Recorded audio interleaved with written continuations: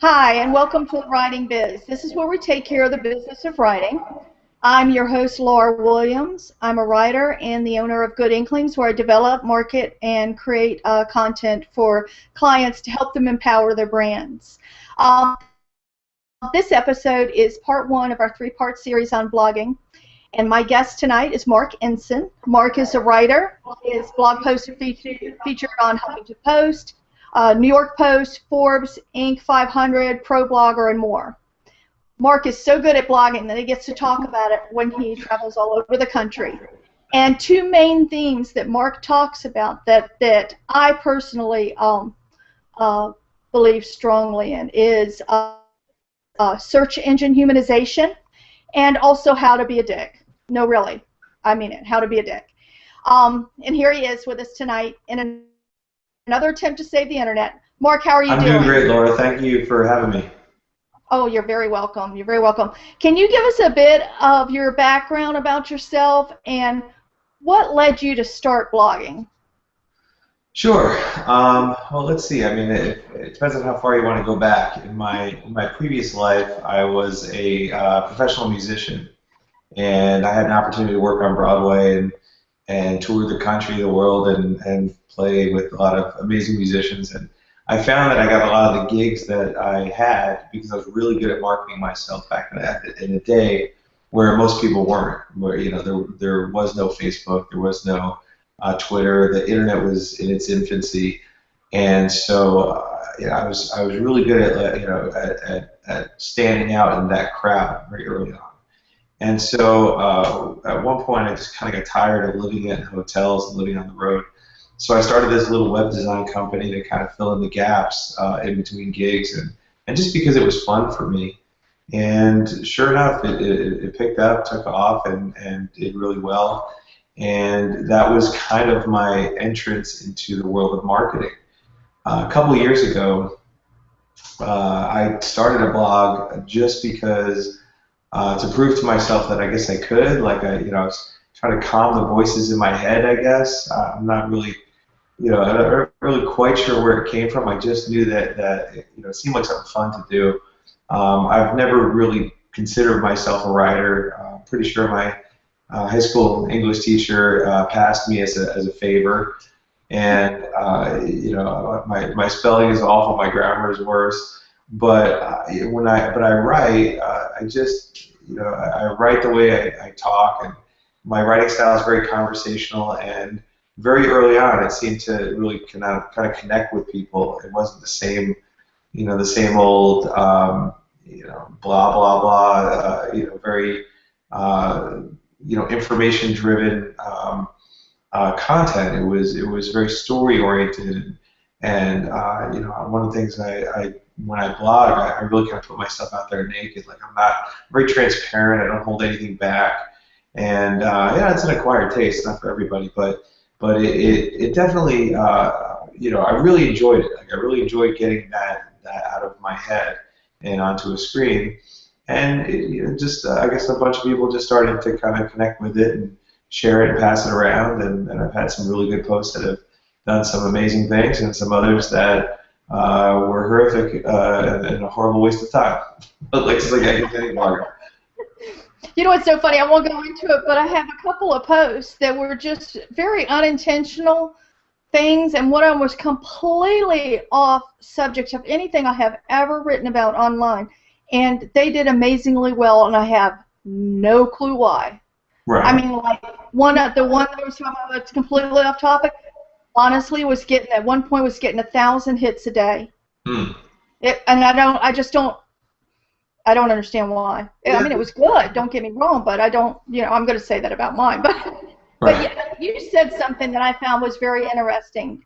You said that when you went into blogging, that the way you thought about it was not so much the difference in your type style of blogging and others is that it wasn't so much information powered but storytelling, and I think that's a very good point. And I think that right there is one of the things that makes a difference between successful bloggers and some others that don't see a lot of success.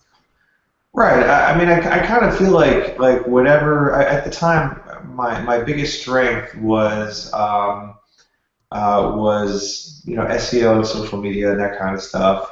And I just couldn't live with myself being just another SEO guy, another social media guy. Like there's hundreds of them, thousands of them everywhere. No matter what I could possibly come up with from an SEO perspective, I'm never going to be able to compete with the Marc of the world. I mean, he's brilliant, and it's just not what I do. It's not what I love. It's very tedious to me. So I started that way. If you look at the beginning of my blog, I started writing a little technical because I felt like I had to. Like that's just what other people did, and that's what we were supposed to do. And it wasn't until I just kind of, well, that's not really my voice. It's not who I want to be. And so, I started posting stuff that I actually wrote in my journal.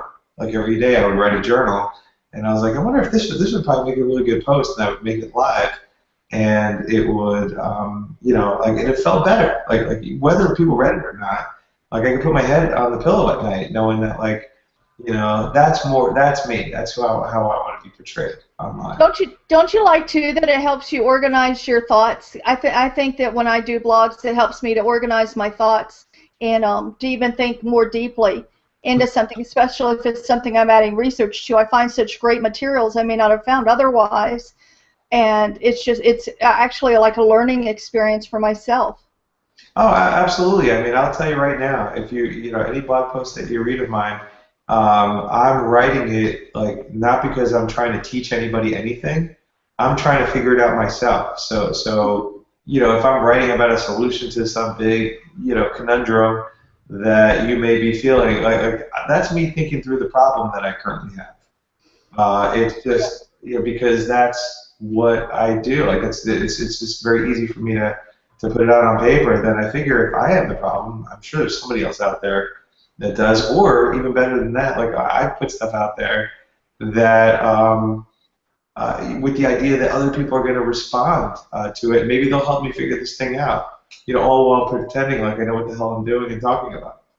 I think that's the key to good content, blogging content, is getting them to respond. It's building that communication that you may not have an opportunity to build with someone if it wasn't for blogging in the internet space.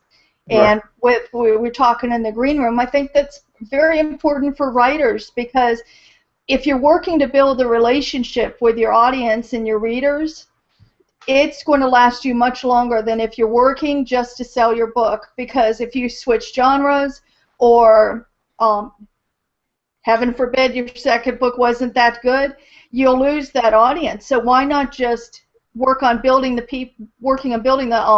conversation with the people that are in your audience? And blogging is a great way to do that.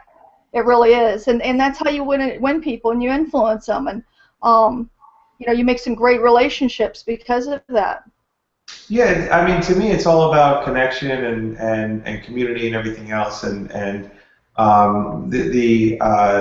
word the word like influence and followers and all that stuff always kind of creeps me out a little bit, because I always want to see it as though we're just a big community, and if it's on my blog or my Twitter account, like it's just like we're all friends and we just happen to be hanging out at my house today, and as opposed to this idea that like I have these followers and these people, like I'm this Pied Piper of a bunch of internet people, and it's just so far from the truth, because I need them as much or more, and like I want to build that connection.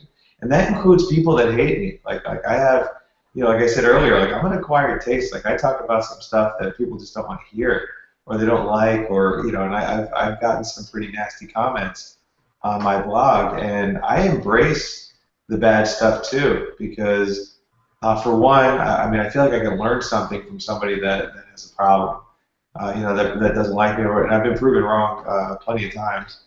And also because I feel like everybody's watching. And so if somebody comes up and says something nasty to me, or disagrees with me, or whatever it is, a troll, or whatever people want to call it to make themselves feel better, by deleting them or disrespecting them, what I'm telling everybody else in the room is that you're only allowed to hang out here if we agree. And Right. I think that sends a terrible message, as opposed to, really just open arms and your voice is valued here, whether you agree with me or not. And I think that's a really valuable point. That's how you build a community, because, whether you're going to change that person's mind or not is irrelevant.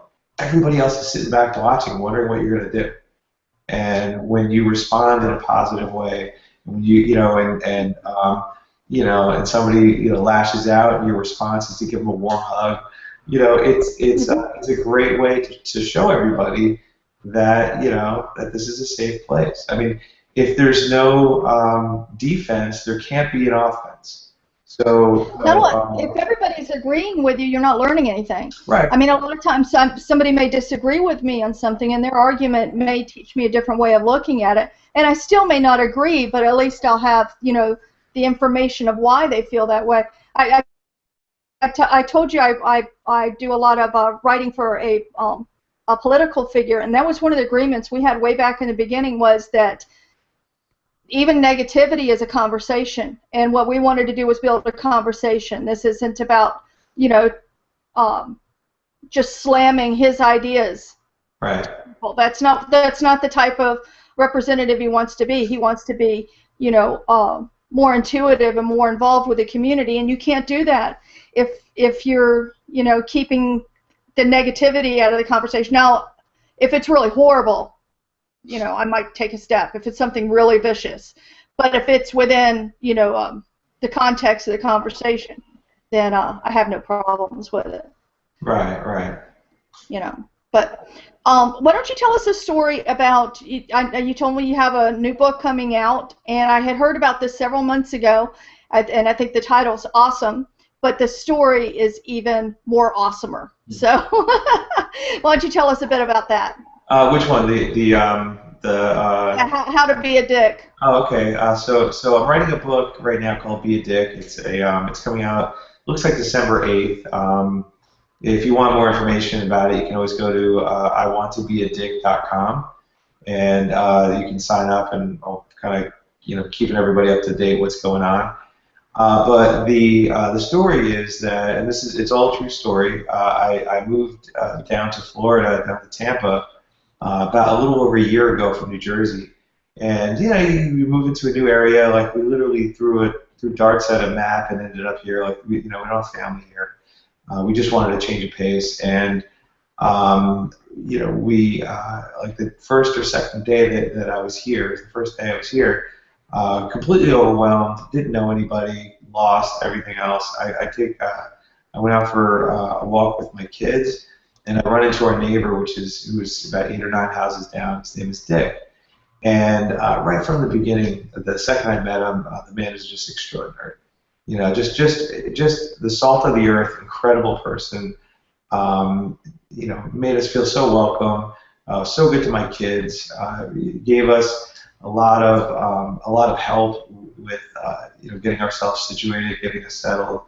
Offered to everything, led us from everything from a ladder to giving us a tour of his house. Found out that he had won a bunch of Emmys when we were in his house. Never really came up. Very humble guy. And there were, over the course of the next 2 months that, after I had moved, I started to see all these really great personality traits, but they weren't really personality traits, because the personality trait could kind of, flex, whereas this was just like, this is who the guy was down to the core. You cut him open, and this is what he would believe. And so, I was really blown away. Like, I was really inspired, and I saw him as a mentor. He was, probably about 20 years older than me, and I aspired to be that kind of person. Like, that was, I just, I couldn't get it out of my head. I wouldn't have a problem in the world if that's who I was, in all these different aspects. So what I ended up doing was, like, I had put together and kind of dragged out these 12 different virtues, for lack of a better term, of who he was. He was always very humble, very forgiving, very welcoming, very valuable, very engaged, very fascinating. I mean, he had all these things, and so then what I did was I concentrated 1 month to each virtue. So I've always been very introverted and very shy, and so I focused 1 month on being more welcoming, more extroverted, more life of the party ish, and really pushed myself outside my comfort zone to the point where it was just, just flat out incredibly uncomfortable. Like I'd come home and be in the fetal position for a couple of hours trying to recover. If you're introverted, you know how difficult it is to be that guy. And because of that, I met people that I never would have met otherwise, and I had friends that I never would have met, complete strangers that I've walked up to, sat down and blindly sat with people at a restaurant at dinner just to see what they would say, and ended up having a wonderful conversation with them. And every month I just I learned something new, or I did something new, or experienced something new for an entire year. And about halfway through, I decided that I was keeping a journal the whole time, that these stories were just there's something to it. There was something of value here, and so I started putting together this book. And so I made it through the entire year. It's this past September, and putting together the book. And I think it's definitely an interesting challenge. That my hope is that I can get as many people as possible. Not necessarily to buy the book. I mean, I love that too, because I love to spread the message. But to take on this challenge of being a dick. Whether it's for 12 days or for 12 weeks or for 12 months. But to take each one of these virtues and just immerse yourself in it and see how that changes your life and your business and your relationships and your marriage and everything else. I was just thinking, I have a son who's going to be 21 next week, and he's basically a good kid. Basically because, like you said, he's 21. But I think that I'm going to, like we discussed, that you don't live far from me. I'm going to get one of your books, but I'll have you come sign it. And I think I'll give it to him for Christmas, because even though he may not read it now, because he'll be like, Mom, a book, seriously. But he'll never throw it away because I gave it to him. Right, okay. You know what I mean? But I think that's a book that he could get so much out of, because it just, he's one of those kids. He's an extremely loyal, super cool guy. I mean, he has 2 nephews, and if I called him, he lives down in Stewart. If I called him right now and said that there was some type of family crisis, if he had to walk here, he would be here. He would. I mean, that's how he is. He would just drop everything in his life, which so many people are like that. That I'm really proud for him. He calls the kids every week. I mean, he's just a good guy. Right. So I think that we always can have room for improvement. I know I can. So I think that's wonderful. What a wonderful concept, Marc. What a great journey. Yeah, and you know what? And I do think that anybody can get something out of it. I mean, I went through an entire year of this, and I actually next month I'm starting over again, and I want to do it again. Wow, cool. So it just really opened my eyes, and I miss it. Like I really became addicted to this thing, because you go into your own comfort zone. Like there's certain things that I was better at than others, and the ones that I was the weakest at. It's just very easy for me to go, forget it, and just walk into a room and gravitate towards the person that I already know, as opposed to just forcing myself to see how many new people I can meet. Right. And in business and life, it's just so much better to walk in there and just start making friends. And as an introvert, it was very tough for me. Yeah, I know exactly what you mean, because I have those tendencies myself, and it's really hard sometimes, and I have to push myself. And I know also what you mean when I do that, because I used to have to go to just, believe it or not, I used to run nightclubs, and you would think that a shy person wouldn't do that. But I was a behind-the-scenes person. They kept all the balls in the air. But I have to go to all these big business events and all these things, and when I would leave, I would be totally exhausted, completely wiped out. Yeah. Because of that, because it's like, that, I don't know, it's something we do to ourselves, so. I know, like my wife used to laugh all the time, but she's very extroverted, and so when I was on tour with a show, I used to take a bus 45 minutes away so nobody in the show could find me, and I would go out to dinner by myself. And it was like a ritual. Once a week, I would be in a new city and I would go on tour. I mean, I'd go on a bus and end up in some restaurant in the middle of nowhere, and with a book, and I'd eat dinner for 2 hours and just sit there and just relax and just catch my breath. And I was telling her about it one day, and she's just like, "Oh, how sad." And I was like, "No, like this is all. No, this is not sad. This is like I need this. This is how I recharge my batteries." Whereas for her, I mean, she's devastated if she's got to eat by herself, or she'll starve before she. I'm with you. I'm the one at the restaurant sitting there with my book, reading while I'm eating. I had over when I lived on the West Coast, a waiter that used to call me the book reading sushi lady because I always came in there to get sushi and read my book. I just want to segue into something real quick that still has to do with what we're talking about, and then we'll move on. But I wanted to ask you, as you went through that journey for that year, how did your wife feel about that? I would just, if you can give me a kind of short answer, but I bet that was pretty interesting for her to be on that close to it and watching that transformation. Yeah, I mean, it was well, it was a couple things like she, it's funny, like we both look at the story totally different. For if she had to tell the story would go, we moved to Tampa, we met our neighbor who was a really nice guy, his name was Dick, and like that would pretty much be the story. Whereas like I just got so analytical and I just picked it apart. So I would imagine it was really cool to kind of see that from the outside, like kind of give her an idea of how my brain works a little bit.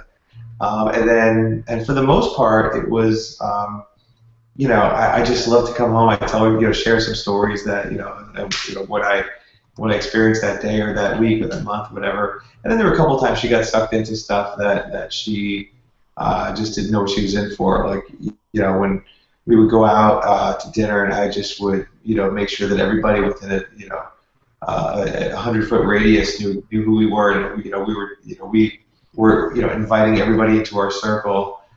She got it got a little uncomfortable, I'm sure, for her.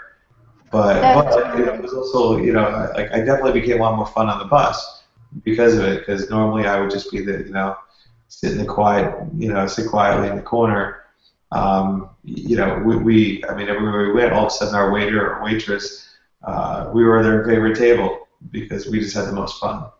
So that's cool for your kids too. It kind of opens that possibility. Right, exactly. And different ways of things one of the virtues was be forgiving, and I am a guy that holds a grudge. Like if you we would get into an argument, and the way it would normally happen, we just get into an argument. It'd be something stupid.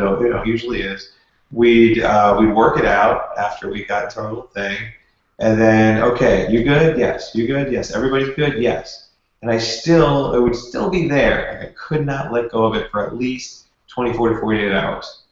And I'd have that, I wouldn't be mad, but I would still have that, little haze of just, what's wrong? Nothing. And then all of a sudden I would just get over it, like a day or two later. And so this forced me to, if it wasn't worth fighting about, to let go of it immediately. And if it was something that was worth fighting about, take it intellectually and then drop it immediately. And it worked wonders for her. Like she really appreciated that because that's who she is. She's very just she's got something to say, she'll say it, then she's done with it, and then I swim in it. And then you're sitting there going, well, wait, hold on, let's. Right. No, that's funny that you brought that up because I'm more like your wife in that, and my son's more like you. So. Right. Yeah, it's such a terrible place. It's such a terrible approach to it. Like when I saw what the other side looks like, when you just say it and then that's it, let go. I was like, wow, like so much, and like if I had something that I needed to talk to my mom about, and it was it could have potentially been a very ugly conversation. But it was just, I was like, nope, I'm just going to walk into it completely forgiving from the very first second. And then once the conversation's over, it's over, and we all move on. And it just could not have, it actually improved our relationship to be able to talk like that without it, it being an argument. It's just, it's just out there, and that's it. Yeah, but when it's funny, when we have or when I'm prepared to have a discussion with my son that's going to cause some conflict, I always preface it by saying, look, I need to talk to you about something. You're not going to like it, but I have to tell you what I need to tell you. And I said, so let's start off from there. And most of the time, of course, he's not a yeller or screamer anyways, but Right. Yeah, most of the time, but I'm like, I don't yell either, and I'm like, I don't get mad like that.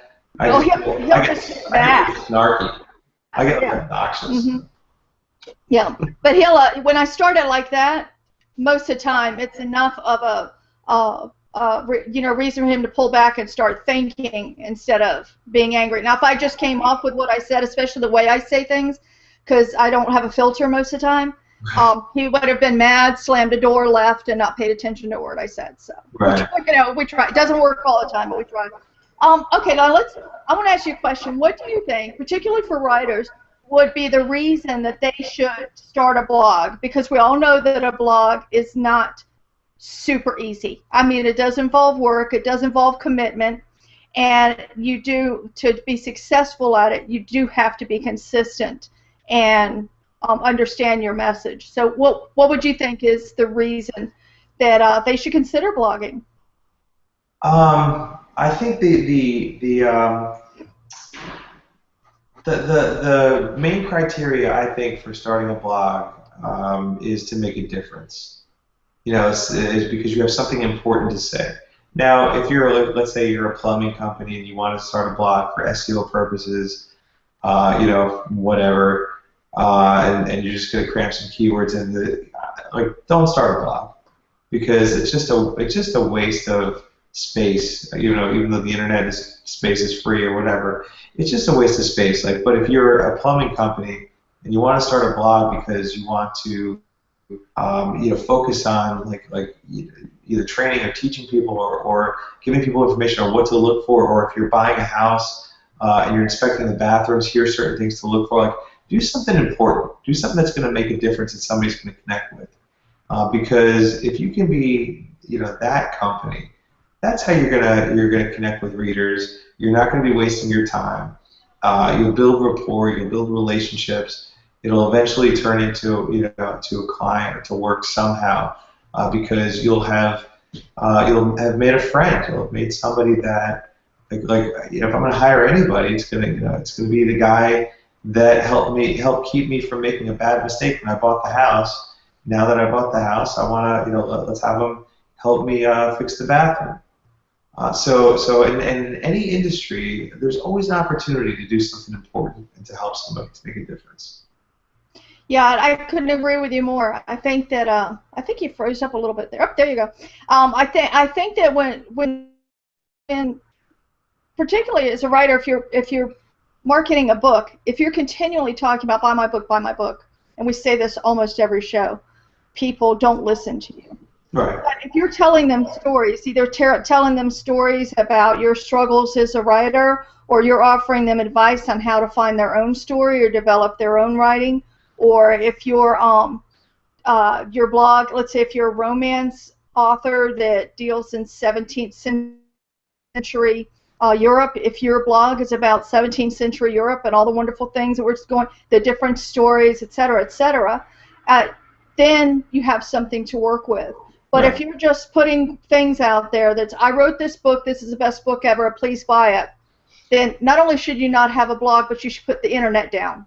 Right. Just put it down and walk away. You're no longer allowed to use the internet. I'm sorry. Yeah, that's part of your on your website. I saw repeatedly you said that you're trying to save the internet.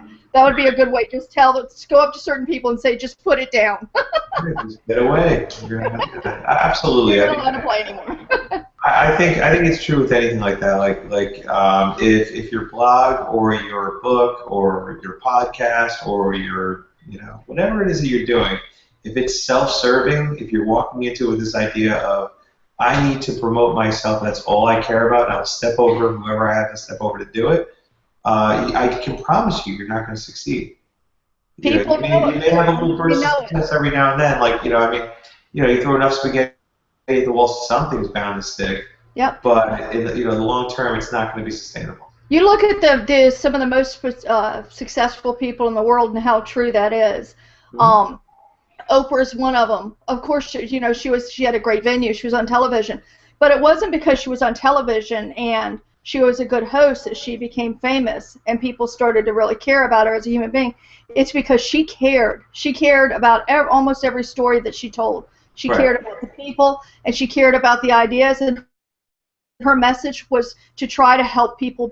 And I think that, you know, that's something that if you're in something, you're doing it from your heart with, you know, and you're passionate about it, and you're doing it from a true place. That being said, though, there's a lot of people that are really scared to do that. Right.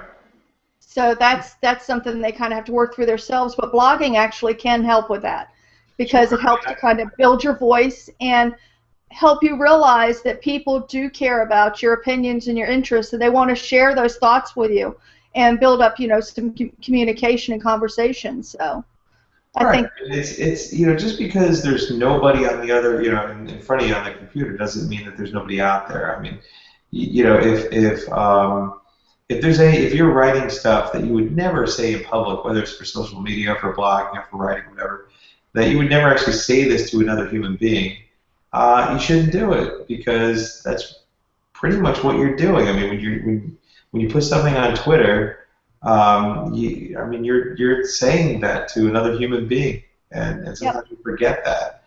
And yep, so, yeah, so I mean, you know, like your example with Oprah. I mean, if her whole platform was built on being this self-serving idea of wanting to be a billionaire at the expense of others, and you know, that would be she wouldn't have succeeded. What she hmm, did was you know, she went after, how can I help people? How can I serve? And how can I do all these things? How can I do something important? And in doing that, she became the success.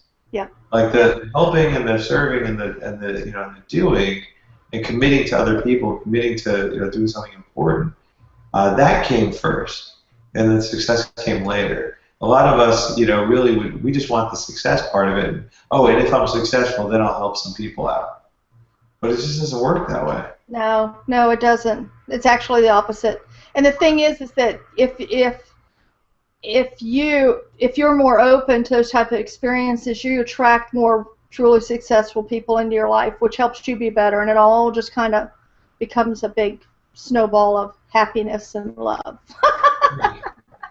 You know, I We'll mean, hold hands and sing Kumbaya. yes, exactly, exactly. I do that at least twice a week. But no, but I think that, you know, that's a good way to say, if you're going to start a blog, really think about the reasons you're trying to do it and what you're trying to do, and also to think about the next thought that I had is um, what type of blog that you should have. You actually, what I really mean is your blog's purpose. You know, is it to sell books? Is it to learn to write better? Is it to sell a certain products or course? And I'm not saying that that's what you do. You just need to know what your intention is. If your intention is to sell books, then you want to have blog posts that are involved with either your story or the writing of your story or something around that. So you need to know what your intention is to be able to build the backside of it. And that I notice I see quite often, not just with writers, but a lot of people that have lost that focus, lost that Yeah, idea. I'm one of them.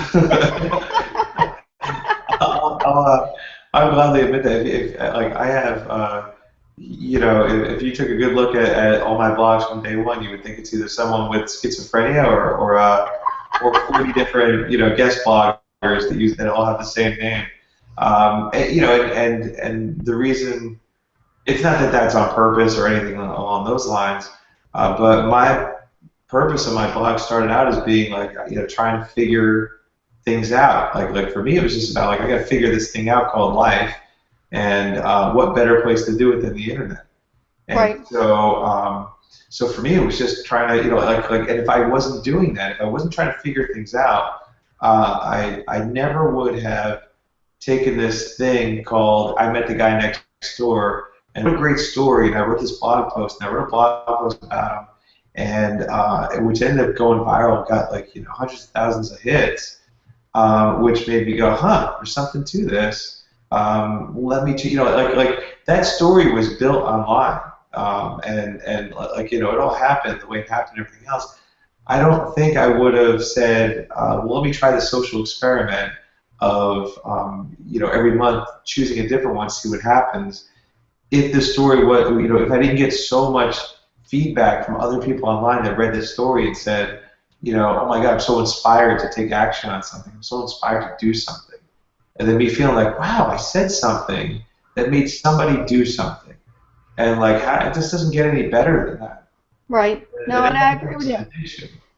I get so much satisfaction out of doing my own writing for myself. I'm sure you don't know about this about me, but I mean my business, which I usually keep separate from what we're doing now, but just for the sake of the conversation, my business is content writing. So I have literally, and I'm not exaggerating, if anything, I have wrote well over 1,000 blogs for different companies. Mm-hmm. But that is not material. If I was going to sit down with them and say, this is the type of blogging that you should be doing, it would be very different from what they are doing. But this is what they asked me to do, and it's just very dry. Like you said, there's a difference. There's the plumber stories about, some of them do answer questions, but they're very dry, as opposed to, there's a guy who does video blogging for plumbers, and I can't think of his name, and I don't want to say the wrong name because it's so close to being something popular it would drive traffic the wrong place. I'll put it in the notes. This guy is a fantastic video blogger, and all he is a plumber guy telling you how to fix stuff. Right. But that's the difference. I mean, it's putting in that human element to it. And well, because most companies look at blogging and they look at that whole piece of the internet marketing puzzle as as something to check off the list. Mm-hmm. I was watching CNN and they said that blogging is the way to go, and or MSNBC said that you should be a blogger or whatever. Or there's $1 million blogger over here, and so quick, get me a blogger, and what they miss is that it's just more about words on the page, like. I could never have anybody ghostwrite a book or a blog for me because it would be instantly recognizable. Like people would know, because there's no way, I don't care how good of a writer you are, there's no way you're going to be as passionate about the subject as I am. And that's absolutely true. That's absolutely true. If I'm given a subject to write about for somebody, I give them every penny's worth of what they're getting from me. But that's not my voice. I'm writing in their voice. It's two completely different things. Right. And that's what I think that is really cool about doing your own blogging, is that you can write in your own voice and, get your own ideas out there. And everybody's voice is unique, so use your voice. Don't try to write like everybody else. It's kind of funny that I was writing blog posts long before I started doing my own blogging. Mm-hmm. And so I had kind of put the cart before the horse on that one, because there was a lot of tips and tricks that I know now that I didn't know then, which was leading us into the next thing I wanted to talk about, is that writing a blog is much different than writing a book or writing even an essay. Sometimes it can get a kind of essay, but really from writing a book. And the reason is that blogging is normally in smaller pieces. Right. A lot of times bloggers will, for that reason, will break a long blog up into several pieces. So it's a series because of that. Because when we read blogs, when we read online, we're scanning. We're not necessarily reading all the meat of everything that we're looking at. Mm-hmm. So when you blog, do you have, you probably don't even like hearing this, a word limit, or do you find that your style is like quick and easy, or do you like to take the longer form posts, or what's comfortable for you?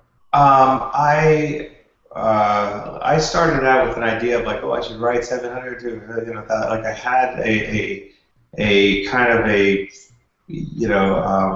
target, and then I stopped with that, and now my goal is however many words it takes. Mm-hmm. So I've had blog posts, like I just wrote a post yesterday that I think is only like 700 words, which is not a lot for me because I go on and on. But it's only 700 words, but then others that are 1,500, 2,000.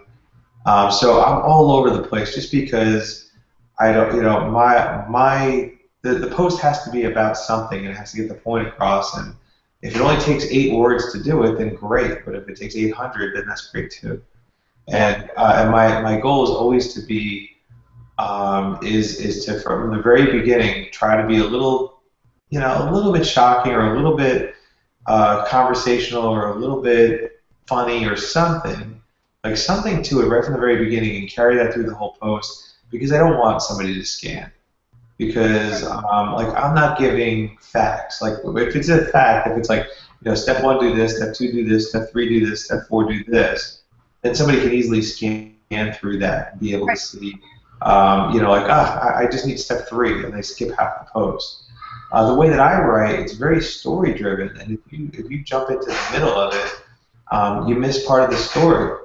It's like showing up at a movie, a half hour in. And then not feeling like you missed anything. Like it's a really bad movie if you miss the first half hour, 45 minutes, and you don't feel lost.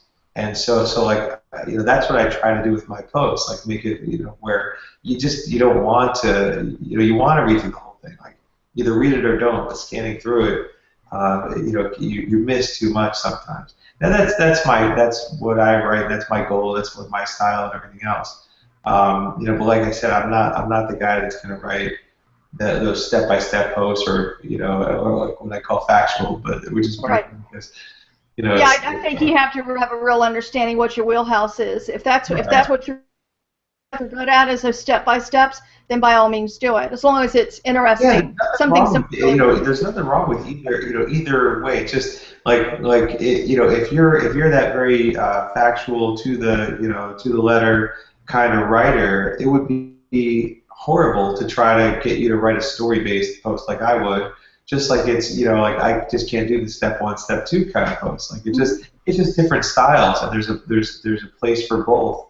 And there's like one is not better than the other. The important thing is realizing what you're good at and then doing that. Like so, if everybody else is doing 9 ways to do X, Y, Z. And that's a really sell. That's a good. That's a good way to sell yourself. And because a lot of people are buying, but you're terrible at it, then don't write that way. Just because everybody else is doing it doesn't mean you have to. If you're really bad at it, do what you're really good at. Another really big one is headlines. There's a wonderful blog post by copy blogger. It was Demian Farnsworth, I believe, on writing headlines, but headlines are ridiculously important. I mean, how many people do you know use RSS feeds and they're just scanning through headlines? They'll look at the headline and the author, and that's it before they decide to read something. So you have to make sure that your headlines are really good. And that takes time and it takes practice. It's not the easiest thing in the world to figure out. Right, so the first thing is somebody's going to see, people judge a book by its cover, whether we want to believe it or not, and so that title is your cover, and if it sucks, then nobody's going to click on it, and if it's really good, then people are going to expect you to come through on your promise. Whenever you said that you were going to, that you were going to teach them or show them or do for them or whatever it was, you better come through on the blog post. You better not just be a good title writer and not come through on your promises. Otherwise, you're not going to, you just lost a reader. So you got to click once, but it's more about just getting a click. You want to make a friend. No, and you're absolutely right, because I see that all the time, to where there's a good headline, sounds like it's going to be a good story, and then when you get there, all it is selling whatever they're selling, and that's cheap to me. That's just a cheap shot. Yeah. You took time out of my busy day. That wasn't the way. Now, if you had something valuable there and then it led into me understanding what the product was, maybe I would have bought it. But you completely lost me by doing that. Yeah. Completely lost me. I also wanted to talk about like some nuts and bolts. What kind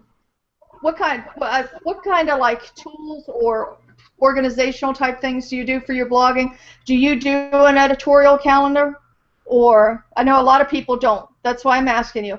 I know a lot of people don't. I'm a pain in the butt about things, so I actually do try to schedule things. Not that I always stay to that schedule, but for me, I like having one. It makes me feel like I know what I'm doing. But what do you do to help yourself get the right content out there and to broadcast it and to create it? I think that editorial calendars are really important. I wish I used one. So like, do as I say, not as I do moment. That's awesome.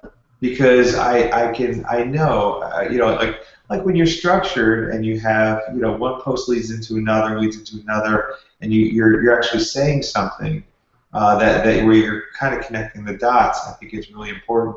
I've tried my biggest, and I haven't tried that hard, so that's kind of a lousy, crappy thing to say that I tried, but I almost tried. But my biggest issue was that I'm very spontaneous in the sense that an idea will come to mind and ooh, that's a great blog post, and then I'll just start writing it. The next thing you know, it's live in a day or two, and like that inspiration hits me, and I don't want to abide by a calendar and go, oh, I'll do that one until December. No, Right. I'm excited about it right now. And so, and that's probably just me, as kind of an immature blogger, or just still being excited about it after all these years. But, I definitely think that in most cases, a content, calendar is probably really smart. It's probably good too to get you I've actually inspired myself to maybe try it again. It's probably good too to help you get into the flow of things, trying to be more consistent. Right. Until you just kind of automatically do it a couple of times a week, but to kind of force you into. I'm actually in, knock on wood, but I'm actually put together a pretty serious editorial calendar I told you I was doing Nina Mears' challenge for the nonfiction book month. And a lot of that book I'm going to actually blog. So like the little more than the first half of the month is just blogging every day. And Right. then the second half of the month is developing out that in content to where it could actually be a book. So I may not hit my mark every day, but at least I know where I left off and I know where I need to start again. That's what I'm saying. It's kind of a map for me. So I mean, we'll see how it goes. I'll let you know how that goes. Yeah, I didn't want to check that out. Find out myself. Okay. I'm interested in how it's going to turn out. But if nothing else, it'll be fun, and I know I'll learn a lot. And she's just a remarkable person, and to be part of that type of community to try to do something, I think that it'll be really interesting. Yeah. Now, do you use when you go to post your blog posts? This is a piece that a lot of people miss. They'll go ahead and post their blog post on their website, and they think that that's good, that everybody's just going to find it because it's so amazing, which we all know is not true. Right. What kind of process do you go through? Do you use to get your blog out there? I know you have a very healthy following, so that's definitely part of it. But Yeah, I mean that certainly helps. But in my defense of that, I've never done any SEO on any of my blog posts, mainly because I didn't want to change a single word because of like a keyword kind of thing. good for you. I wanted to stay true to what I wrote and not go, okay, here's a great post that I wrote. Now, how can I work in this keyword every other sentence? I didn't want to do that. I felt like it was like almost sacrilegious to do that.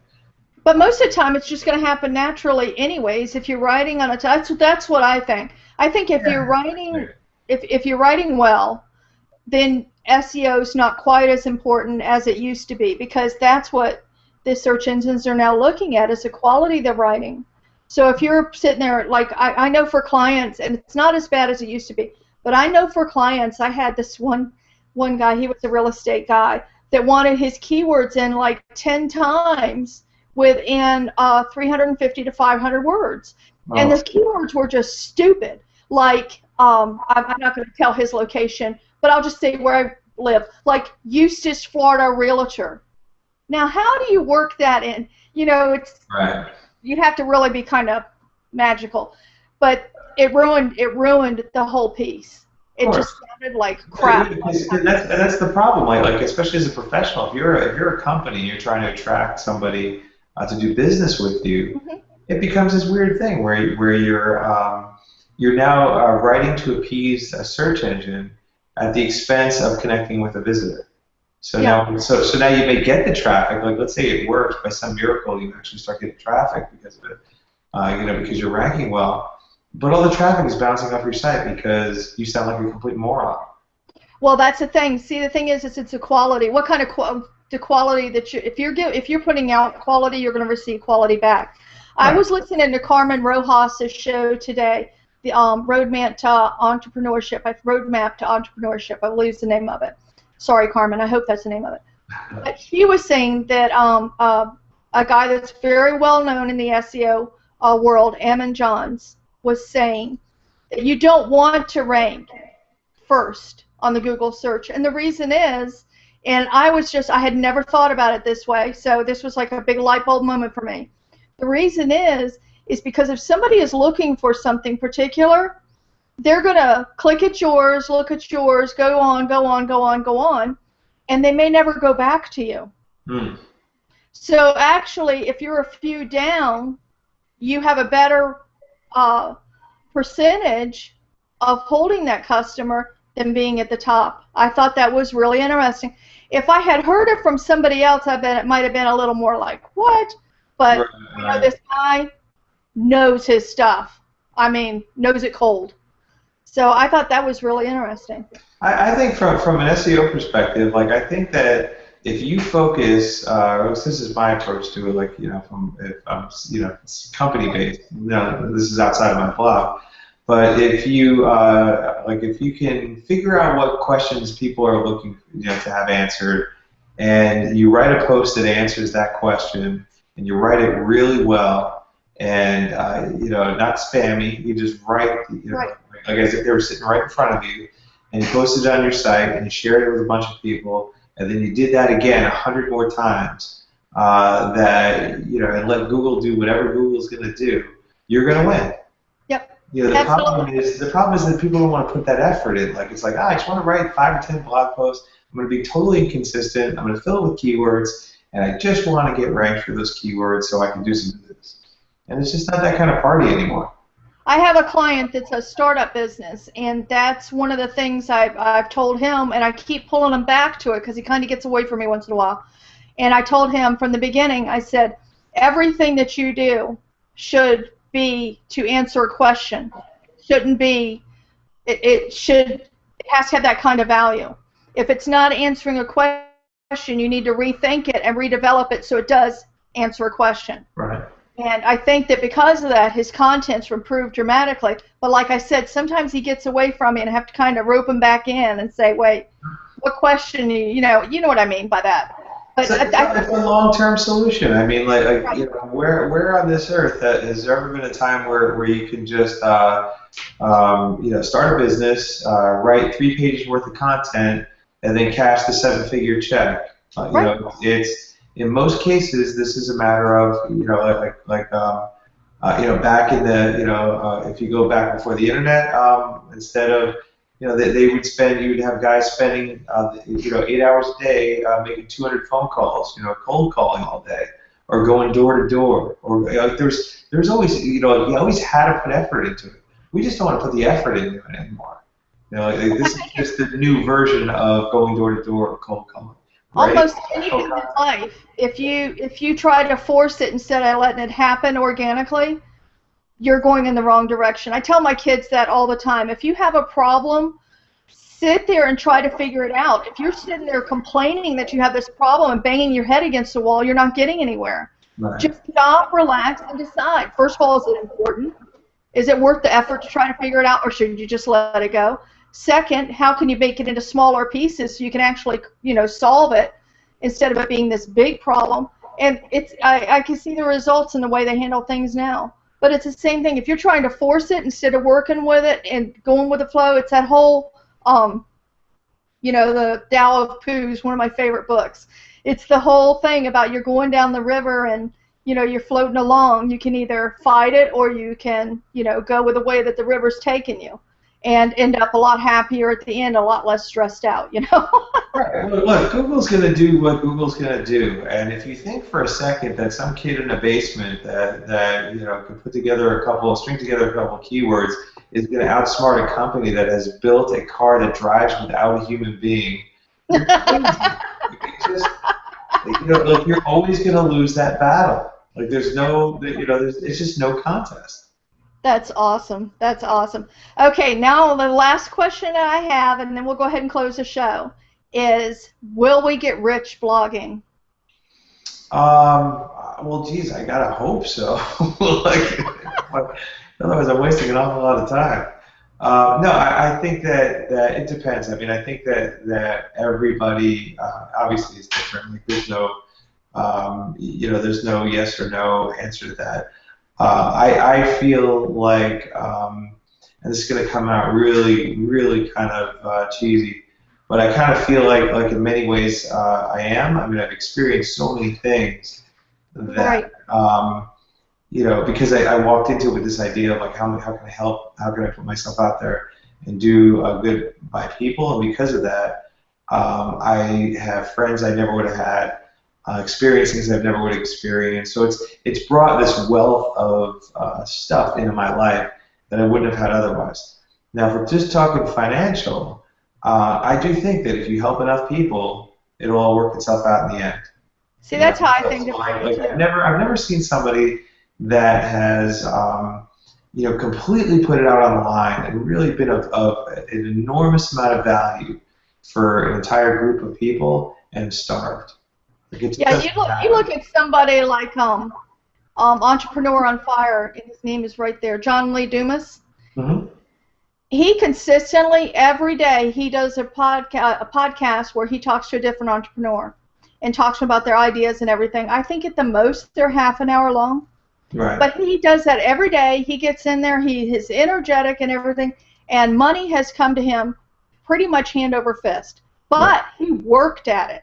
He worked at it from the beginning, he developed it, and now he's actually taking the way that he does things and selling them to like a mastermind group and everything, which I think is wonderful because he did it right. And that's what I think a lot of people think when they say, oh, I'm going to get rich blogging. They don't understand that it's building a business around the blogging. It's not just the blogging that's going to get you the money.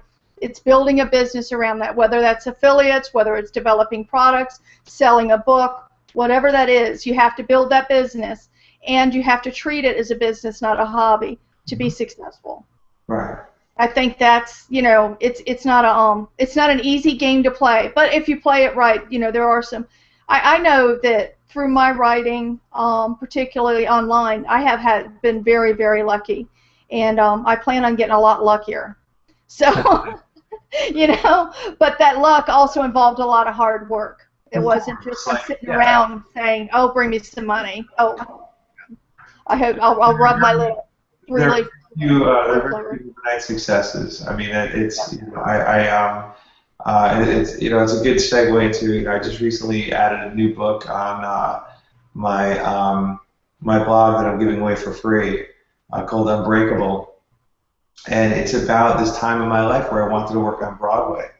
And I was one of the youngest guys to work on Broadway on this one particular show, and the whole book is about my journey and how I got there, how I was just relentless, and I had been hung up on and called names and told I was not good enough, for the better part of 2 years, and then all of a sudden I was on Broadway. I was this big success at this, but you missed the 2 years of being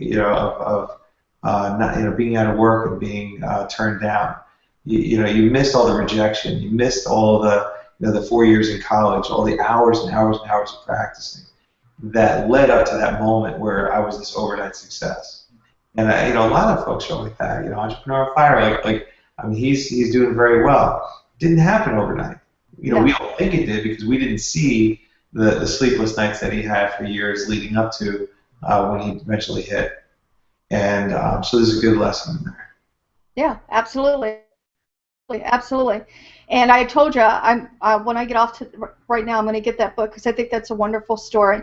And as it goes out to the podcast, and you watch it later, please go to Marc's website at marcensign.com and check out his book Unbreakable. But also, I've read some of your posts and they're really awesome. So read some of his work. And your book, you said, will probably be out December 8th. Looks like December 8th, unless everybody screws up.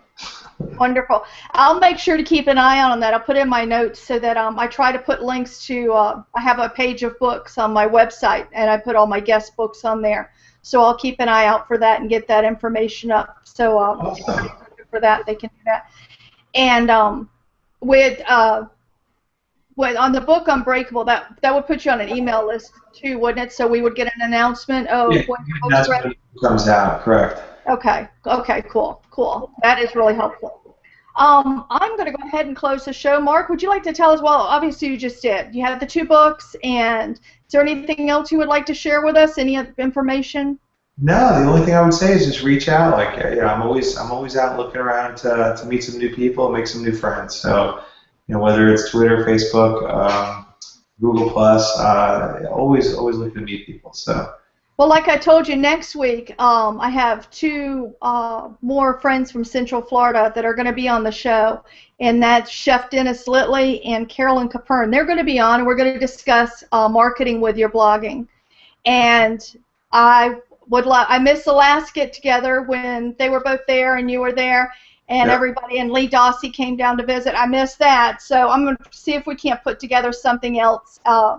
And we can all get together, sometime during the next couple of months. It would be a lot of fun. Yeah, yeah. It's just such a great time to meet some of these people that like it's been nothing but pixels for years. I mean, I've been less for a year, and to actually meet him, shake his hand, and just hang out all night. It's an interesting dynamic because it's like you already know them so well, but it's just like, and I mean, Les Dossie is one of those. I'm a fangirl of his. I just love his stuff. I love where his ideas come from, and the amount of caring and empathy that he has in everything that he does.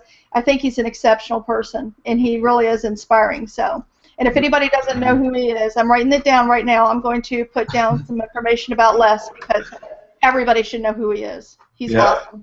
Yeah. Okay.